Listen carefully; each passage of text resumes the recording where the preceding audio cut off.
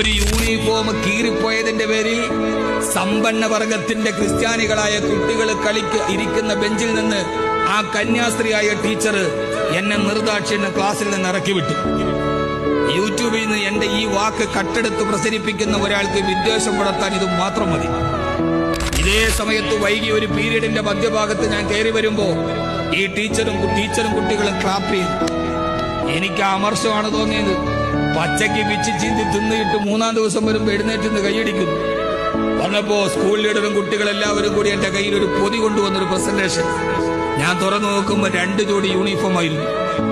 എന്നെ ക്ലാസ്സിന് വെളിയിൽ ഇറക്കി നിർത്തിയിട്ട് എന്റെ ജീവിതത്തിന്റെ ദാരിദ്ര്യം എന്റെ സഹപാഠികളോട് പറഞ്ഞ് എന്റെ ടീച്ചർ അവരുടെ കയ്യിൽ നിന്ന് പൈസ പിരിവിട്ടിട്ട് എനിക്കൊരു യൂണിഫോം ഉണ്ടാക്കിയത്. അതിനാണ് ടീച്ചർ എന്നെ വെളിയിൽ ഇറക്കിയത്. ഞാൻ ആദ്യം പറഞ്ഞാണ് നിങ്ങൾ കേട്ടതെങ്കിൽ നിങ്ങൾക്ക് എന്നോട് വൈരാഗ്യം ഉണ്ടാവും. ഈ സമുദായത്തെ ഭിന്നിപ്പിക്കാൻ അത് മതി. എന്നോട് പറഞ്ഞു, മോനെ ഇനി നീ ഇട്ടുകൊള്ളുക. ആദ്യമായി